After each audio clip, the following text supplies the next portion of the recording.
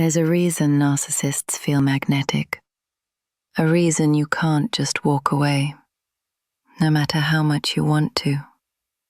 Every time you try to leave, it feels like you're ripping pieces of yourself out, like you're losing more than just a relationship. Here's the darkest truth. You weren't picked by the narcissist. You were targeted. Tonight, we're pulling back the curtain on how narcissists actually break you, exposing the emotional weapon they use over and over, the push-pull method. This isn't just mind games. It's psychological torture, disguised as connection. If you keep listening, you'll finally see why you became hooked on the very person who destroyed you. And you'll realize that what you felt wasn't love at all. It was programming. What push-pull really is. But push-pull method isn't love. It's not passion. And it's definitely not some magical chemistry. What it really is psychological warfare. Here's how it works. First, they pull you in, showering you with admiration, intensity, and devotion. You feel special, wanted, even needed.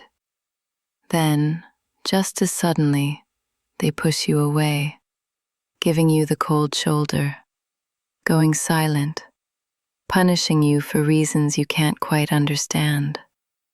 This cycle repeats again and again, until your brain gets hooked on the unpredictability. Nietzsche once said, "Insanity in individuals is rare, but in groups and relationships, it becomes the rule." With a narcissist, that insanity isn't the exception, it's the new normal. The pull. Sex, 0.5. How narcissists reel you in. Sex, 1.0. Narcissists don't just fall for you. 0.5. They study you. 1.0. They learn your wounds. 0.5. Your insecurities, your hopes, and even your loneliness. 1.0. Then, 0.5. Almost effortlessly, they become exactly what you've been searching for, mirroring your ideal partner with uncanny accuracy. 1.0. At first, it all feels magical, almost too good to be true. That's because it is. It's carefully engineered. Carl Jung once said, "The meeting of two personalities is like two chemicals. If they react, both are transformed." But a narcissist isn't interested in true transformation. What they really want is control. Their attention can feel warm and life-giving, like sunlight. But remember, with sunlight, there are always shadows. The push. Sex, 0.5. The moment everything changes. Sex, 1.0. The shift is so subtle, you barely notice it at first. Maybe it's a cold silence, a distant look, or an unexpected withdrawal. 1.0. Suddenly you're left wondering, what did I do wrong? 1.0. That's exactly where they want you, planting seeds of doubt in your own mind. Machiavelli once said, "He who deceives will always find someone who lets themselves be deceived." Narcissists use this to their advantage. They punish you with distance, with silence, with holding back affection. Before you know it, you're left chasing the version of them you fell for, the version that was never real in the first place. Why you keep getting pulled back, meta just when you feel like you're falling apart. They come back, suddenly sweet, apologetic, warm, almost like a dream. Your mind grabs onto this moment, taking it as proof that they really do care. But that's not love. It's something called intermittent reinforcement, one of the most powerful addictions known in psychology.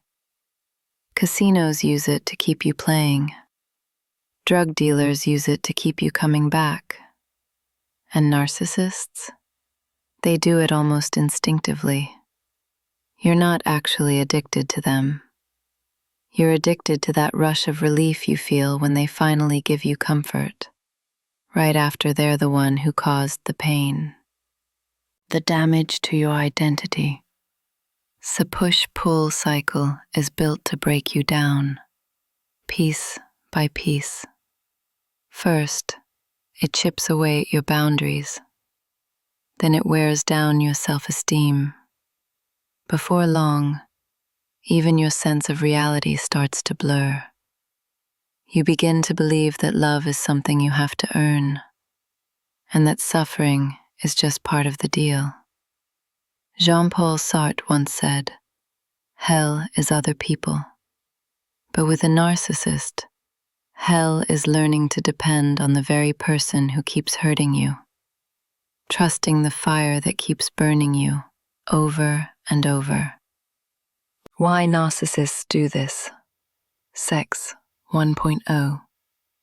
The push-pull method isn't some random mistake.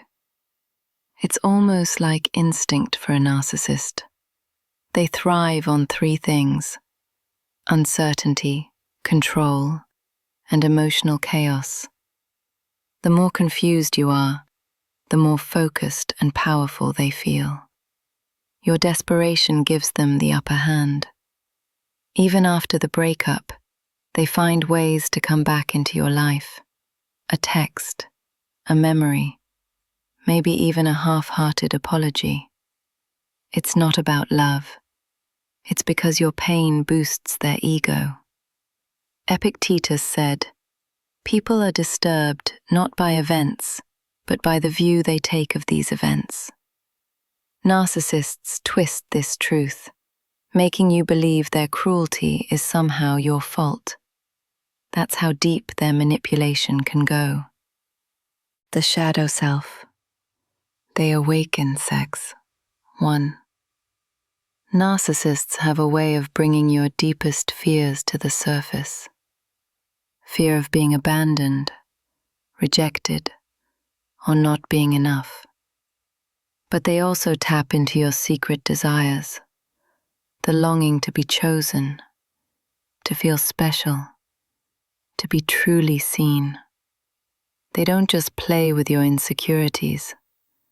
They also use your hopes and dreams. They know how to work both sides of your mind.